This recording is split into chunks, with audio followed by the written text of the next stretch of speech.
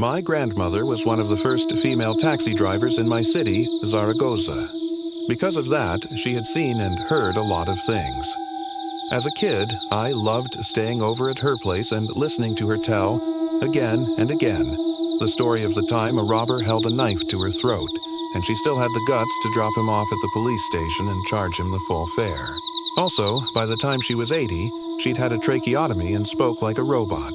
It scared me and fascinated me in equal measure. Throat cancer, 7 heart attacks, late-onset diabetes. None of it ever took away her sleep or her nightly ritual of 2 glasses of coffee cream liqueur.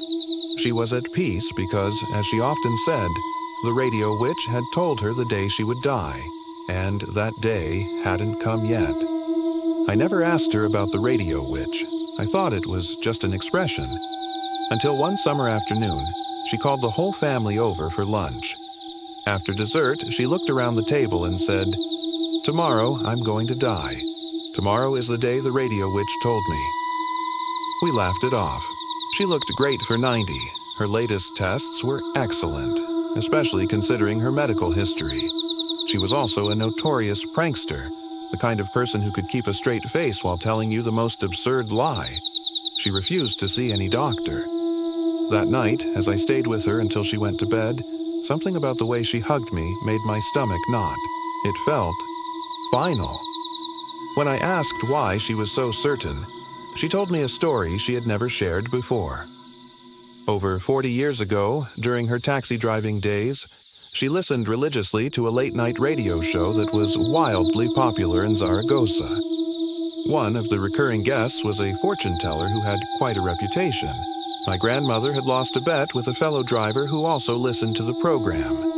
The loser had to call in and ask the fortune teller the exact day of their death.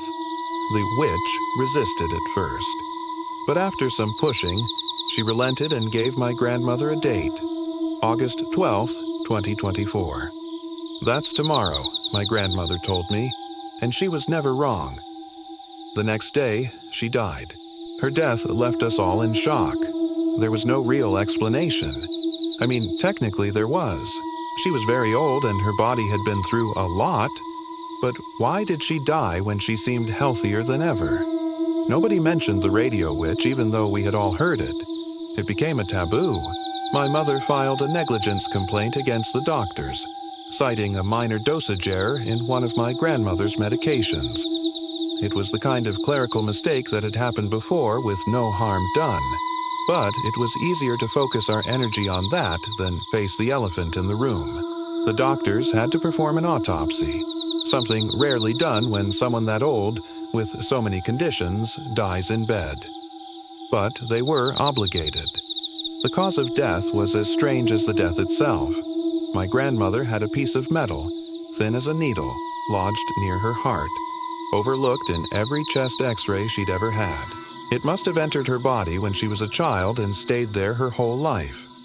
Until, for some reason, on the night of August 12th, 2024, it shifted by a millimeter and tore her aorta.